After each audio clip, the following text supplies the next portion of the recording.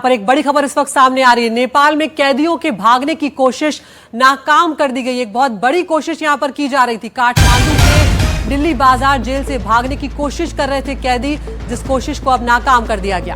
कैदियों को रोकने के लिए सेना की तैनाती अब यहां पर कर दी गई है। जेल के दरवाजे तक ये बताया जा रहा है कैदी यहां पर पहुंच गए थे, भागने की फिराक में थे, लेकिन सेना इस वक्त मुस्तैद है नेपाल में और इनको सेना ने दरवाजे पर ही रोक लिया। जेल के बाहर सेना ने अब मोर्चा संभाल लिया है और राजधानी काठमांडू में दिल्ली बाजार जेल है जिससे कैदी भागने की कोशिश कर रहे थे।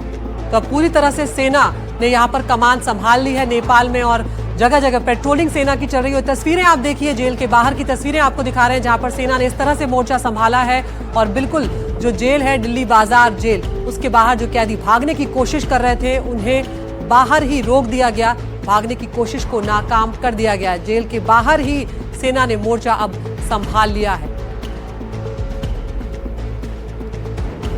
एक और बड़ी खबर आपको बता दें, कैदियों के भागने पर एक और बड़ी खबर आ रही है। बीरगंज जेल से बाहर भी वहां पर भी सुरक्षा को बेहद कड़ा कर दिया गया है। जेल की दीवार फांदकर भागने की कोशिश यहां पर कैदी कर रहे थे। उसके बाद इस जेल की सुरक्षा भी चाक चौबंद कर दी गई है और कैदियों को काबू करने के लिए 10 राउंड फायरिंग भी यहां पर सेना को करनी पड़ी है। तो यहां पर जो अराजकता की स्थिति नेपाल में फैली है, उसके बाद कई जगहों से ऐसी खबरें आ रही हैं नेपाल से जहां पर कैदी जो है वो भागने की कोशिश करते नजर आ रहे हैं और अब सेना जेलों के बाहर जाके खड़ी हो गई है। अब एक और बड़ी खबर आ रही है, नेपाल के झुमका जेल से कैदी फरार हो गए हैं। सुनसरी जिले के झुमका जेल से 1575 कैदी यहां पर फरार हो गए। तो यहां पर एक बड़ी ये खबर है ताबिश, क्योंकि 1500 से ज्यादा कैदियों का फरार होना भी अच्छे संकेत यहां पर नहीं है नेपाल के लिए। तो आप देखिए कैसे हालात यहां पर बने हुए हैं। अब जेल में कैदियों को रख पाना एक बड़ी चुनौती यहां पर बन गई है।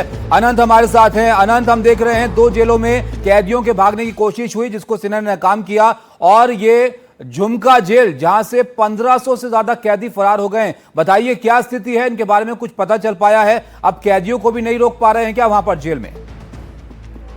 देखिए, अभी का सिचुएशन ये है कि देश भर के सारे जेल जो है जेल को तोड़ करके सारे कैदी भाग चुके हैं और काठमांडू में रहे हुए सेंट्रल जेल, जिसको दिल्ली बाजार में रहता है, जिसको गोल घर भी कहा जाता है, उस जेल में रहे हुए बंदी कैदी नारा जुलूस आंदोलन और अंदर आगजनी कर रहे थे। लेकिन उसी वक्त जो है सेना हरकत में आ गई और सेना वहां पे पोजीशन ले ली और उन लोगों को अभी घेर के रखा गया है। वो लोग भाग नहीं पाए हैं लेकिन अंदर नारा जुलूस कर रहे हैं और जेल में रहे हुए बंदी कैदी का ये कहना है कि सारे जेल के लोग भाग गए हैं, सारे जेल का लोग निकल गया है और तो हम लोग क्यों अंदर रहेंगे। इसलिए उन लोग का कहना है जो हम लोग को भी घर जाने दो। लेकिन जिस तरह से आर्मी अभी हरकत में आई है, आर्मी जिस तरह से देश में शांति अमन चैन के लिए सड़क पे उतर आई है और बहुत सोबर तरीका से आम जनता के साथ पेश आ रही है और देश भर में जितना क्षति हो रहा है उसको जो देख रहा है, तो इस स्थिति को कंट्रोल काबू में करने के लिए नेपाल आर्मी जो है अभी वहां पे लगे हुए हैं, लेकिन अंदर जो है नाराबाजी जारी है। बिल्कुल अनंत, ये भी बताएं कि राष्ट्रपति की मौजूदगी में सेना प्रमुख जो है उनके साथ जो प्रदर्शनकारियों की बैठक होने वाली है उसको लेकर क्या अपडेट है?